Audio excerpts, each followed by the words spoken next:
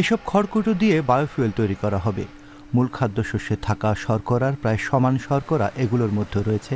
Swiss company ক্লারিয়েন্ট বিশেষ প্রযুক্তি ব্যবহার করে খড় থেকে সুগার আলাদা করে তা ইথানলে রূপান্তরের চেষ্টা করছে।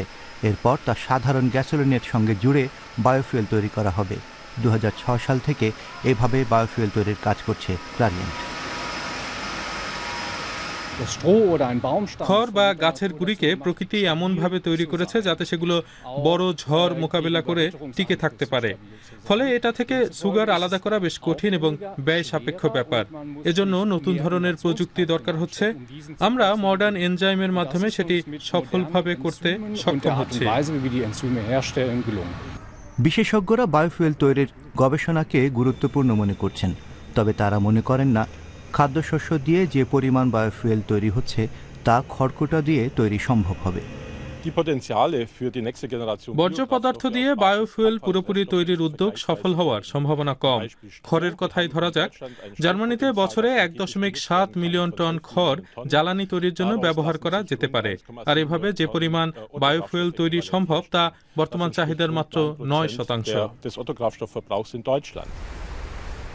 অনেক গাড়ি চালক এখনও বায়োফুয়েল ব্যবহারে আগ্রহী নন। জার্মানির মাত্র 15% চালক E10 গ্যাসোলিন ব্যবহার করেন। এই গ্যাসোলিনে উদ্ভিদ দিয়ে তৈরি 10% ইথানল মেশানো রয়েছে। আমি বায়োফুয়েল ব্যবহার করি, কেননা আমি মনে করি এটা পরিবেশ বান্ধব এবং কিছুটা সস্তা। তবে পরিবেশ বান্ধব ব্যাপারটা নিয়ে আমার খানিকটা সন্দেহও আছে, কারণ এটি একতরফাভাবে কৃষিখাতের উপর প্রভাব ফেলছে। উদ্ভিদ বর্জ্য থেকে বায়োফুয়েল তৈরির বিষয়টি নিয়ে বিভিন্ন মতামত রয়েছে। এটা যৌক্তিক বিকল্প প্রাথমিক উপাদান ব্যবহারের মাধ্যমে সঠিক পথে চলা হচ্ছে। এটা মনে হয় আমার ইঞ্জিনের জন্য ভালো হবে না। আমি এখনো ব্যবহারের পক্ষে না। নতুন বায়োফুয়েল শুরুতে শুধুমাত্র বিভিন্ন গাড়ি কারখানার ফিলিং স্টেশনে রাখা হবে। বিশেষজ্ঞরা বলছেন গোটা ইউরোপে এটা সহজলভ্য করতে কমপক্ষে আরও 6 বছর সময় লাগতে পারে।